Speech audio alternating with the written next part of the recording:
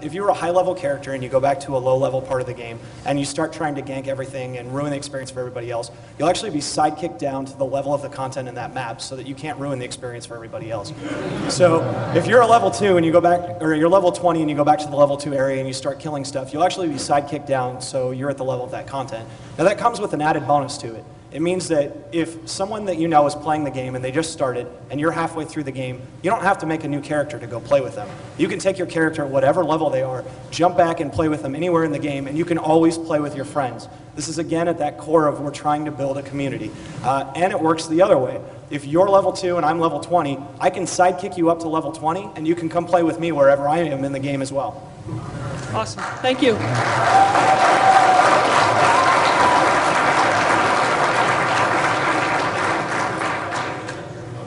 Do you have any machinima tools planned in the future? Mission tools? Yeah, machinima. Randy? I love it. The one that is the non-answer. I mean, at the moment, we don't have anything super planned in that area, but there's no lack of awesomeness coming from our community out there. Okay, thank you. I would just like to ask what you learned the most from Guild Wars 1 that you've tried to implement and change from Guild Wars 2, not just MMOs in general, but specifically Guild Wars 1.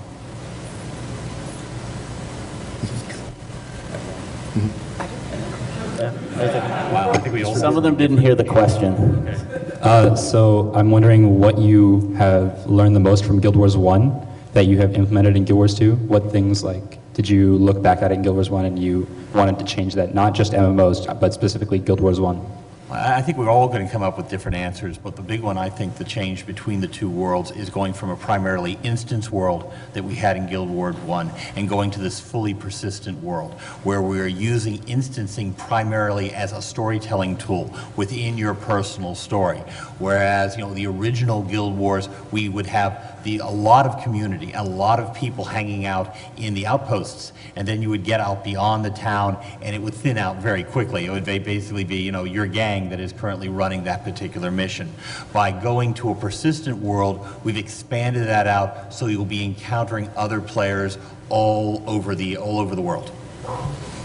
Anybody else want to throw a different lesson? We did those things for the same reason. Instancing is there to keep people from messing with each other because we didn't have a system like the dynamic event system. But the dynamic event system is like the real solution to that problem. It doesn't create this other problem of people never see each other. Also with the adding of the Z-axis, talking from a map builder who's both been on Guild Wars 1 and Guild Wars 2, not being able to jump was actually a very big limitation when we were building maps in Guild Wars 1, because we had to make sure that we roped off all these areas that you couldn't get to, which was really frustrating, we know, for our players, because see this really cool landmark and you wouldn't be able to go up and see it. But now with the Z-axis and also with swimming, we're able to let people jump off cliffs. We're letting people swim down at a deep, awesome underwater environments, and it's really making our job fun because we can make this really fully traversable environment that you'll be able to jump and swim and be able to see everything you'd like. So I have a question for Jeff, who I'm sure is getting sick of my questions by now. Just something that came to me last night. Is there any chance you could give us an indication on the overall population and lifespan of the Norn? I actually answered this question last night as well at the meet and greet. The problem is that not many Norn die of old age. The last words of many Norn are, "Hey, look at this Vern." That said, okay, they live into triple digits. They stay very young and active well into their older life. The Master of Holbrecht, Newt Whitebears, his father had him when he was 80. So basically they do live longer than humans. They stay active and vital for much longer than humans, but they also live a lifestyle that can cut down the week very, very quickly. And is there any indication of roughly how many there are, either in Guild Wars 1 or Guild Wars 2? I wouldn't say I have a sense consensus for them. I would say, in general, I would say all of our races have about the same rough numbers as far as total population. The Norn, the big problem is a lot of them live solitary lives as well. They come into Holbrook when they need to, so no one's really kept track. The thought of 10,000 Norns is somewhat scary. That's okay. They can't form an army. They can't even order lunch together. I have a question for the guy in the middle there. Hasn't had a question yet. One of the strengths of Guild Wars 1 was its global community. If I have a friend in Germany or a friend in Australia, which I do, am I going to be able on day one to jump in and play with them, or am I going to have to wait for them to import a copy from America like 3 weeks? Yeah, great question. And that's actually that's all about our global server design. It's something that we talk about all the time. Awesomeness around Guild Wars 1, we were able to create essentially language districts. We're able to play with people all around the world. Is something that we're still working on with respect to how we're going to enable our friends in Europe to play with us in North America. So you're going to hear more about that as we go, but it's something that is top of mind for us, and we're always talking about internally. And another question, if I may, with the dynamic event system, breadcrumbs. How am I going to know where to go when I'm done with a certain area? So that's a really great question. That's actually, when we first put the system in and we started bringing in usability testers to test it out, it's actually one of the things that we ran into is they wandered out in the world and they started looking around. They go, well, what do I do? And we're like, well, you just go explore. And they go, well, no, but where do I go? And I think everybody has kind of been conditioned by games to this point where you have a marker, you have something always telling you what you should be doing. So what we did is we've added a system to the game called Scouts, where you can talk to these scouts and they highlight locations on the map and show you little hearts on the map where you can go help people out. And these are fun activities you can do in the game world to help different people out and get little rewards for it. And the people that you help out tend to be stationed around areas where you're going to find dynamic events. It's worth noting that the scout system is totally optional for people who love exploring and don't want any direction whatsoever. You never need to talk to a single one of these guys. You can go out, you can discover the hearts, you can discover the events all on your own, but it does provide a little bit of direction for people who need it, and we found that that's been enough to help kind of breadcrumb people through content. As they go through that and they go through their personal story, they end up running into all these events all over the world in the process, and they naturally just kind of get drawn off into the events, and they start to understand, after you play the game for a couple hours, oh, this is what it's like. It's not like anything I've ever played before. Okay, now I kind of get it, and they just sort of figure it out. All right, thank you. In Guild Wars 1, we had the Hall of Monuments where you can show off all your best weapons, armors, and titles. In Guild Wars 2, we have the Home Instance. And what ways over the course of the game are we going to be able to improve our home instance? Is that me? I'll take part of it and then I'll hand it back over to you. Sure. Your home instance reflects the nature of your personal story. It basically, as you go through your story, your home instance will change as a result of actions that you've taken during that. One example is we give, do you save the orphanage or do you save the hospital? And if you save the orphanage, there are orphans there in your home instance to say wonderful things about you, but this wreckage where the hospital once was, and they have to rebuild. And the vice versa, if you choose to save the hospital, it's still there, and the orphans are wandering the streets saying, oh, we have no place to live. So the effects of what you choose over your personal event will have a dramatic effect on your home instance and make it different from everybody else's.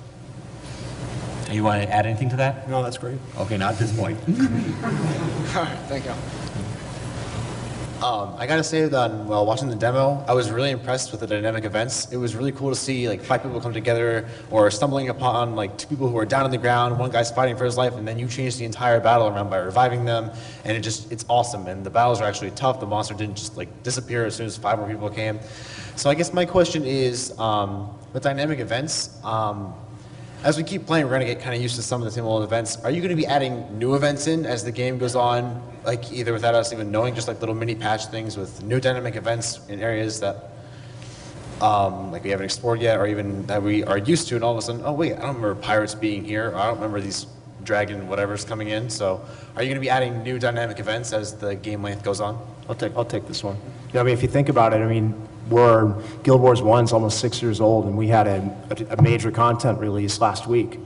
So we'll have a solid live team for Guild Wars 2, and you know you're gonna get new content over time. So it's inevitable that you'll see new events out there as the game progresses. Speaking about that as well, thank you for changing the dervish. My favorite class just got better. Hey guys. When I was playing the dynamic events, one of the things that popped into my head was, what would stop someone from ruining your experience, running in there, you know, just putting a bullet in something and just kind of sitting around? I mean, like, he's there, so everything gets tougher, but he's not doing anything. Is he still going to get the full amount of experience and amount of credit that everyone else is getting from actually caring and working towards finishing this event? So when we talk about events dynamically scaling, we always use the word that events dynamically scale to include players who are actively participating in the event. And we use that word because the system actually detects if you are participating and only adds you to the scaling factor if you are doing so. And if you run in, you shoot one bullet, and you stand around, it's going to count the fact that you're not actively doing anything towards the event, and it's going to start scaling it back down to remove you from it. It's pretty intelligent AI in that it figures out what's going on and tries to react accordingly. So from that perspective, it's set up so that people cannot grief that kind of content. For the rewards are set up on certain scales. So based on how much participation you do in an event, you can earn bronze, silver, or gold participation, and you earn different amounts of gold, karma, and experience based on how much you participated. We tried to set it up so if somebody comes in and they're basically actively participating in an event, they will earn gold participation. It's important to us that if you're there and you're playing, we're going to reward you completely for doing so. If you run in, you kill a guy and you run off, you'll probably get like bronze participation because you just did a little bit to help, but not enough to qualify. Awesome. And another question, if I can, just real quick. One of the major gripes that I had with Guild Wars 1 was, you know, you'd go, like, if you wanted to sell anything, you'd go to Commodon, you'd sit there for an entire day, spamming your trade message saying, I want to sell this, please, dear God, let me sell this, oh my God. Are you guys going to add in an auction house? I know Vindictus, in particular, does a great job adding that in. You can put something on there, and within a couple hours it's gone, and you make some nice money that way. Have you thought about that at all? Yes. There is. Thank you. There is not just an auction house, it's actually what we call a marketplace.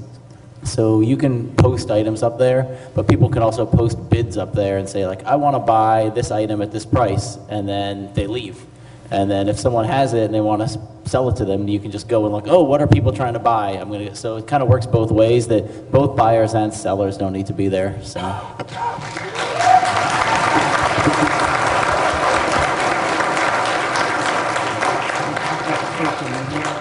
Thank you.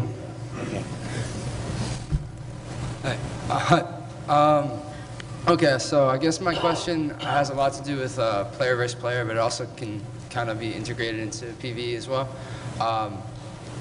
My favorite thing probably about Guild Wars in general is the fact that your skills are not just like the storyline that you guys are talking about in this game, but your skills are kind of personalized to you. Like, I haven't played the game in a very long time actually, but like, I had my own skills, like nobody else I felt like had my skill set. In this game, I know you guys have like the weapons, they give you 5 skills already, like, and I like that idea, but I was just wondering, like, is there going to be a lot of personalization with the PvP and your skills?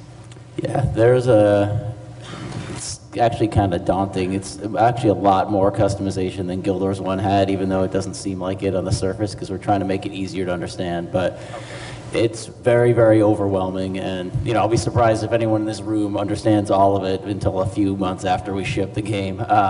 There's so much in there that it's kind of hard to get a grasp of all of it. First, just in a few different ways, the skills in Guild Wars were very complex, and so they only piece together in very, very specific ways. You can backbreaker and then you use crushing blow, but there are a lot of people I'm sure brought crushing blow in the first couple weeks of the game without even being able to knock guys down, and it's really quite useless. So what we did is we made the skills a lot more like building blocks, so that you can actually piece them together in so many different ways that just on their weapon alone, there's so much stuff that you're doing that kind of just is complicated. There's traits that modify those skills. There's weapon bonuses. There's the way that those attributes interact with them. There's just so much going on. You have to pick 2 weapon sets. You have to pick, 3, one of a few heal skills, 3 out of 20 to 25.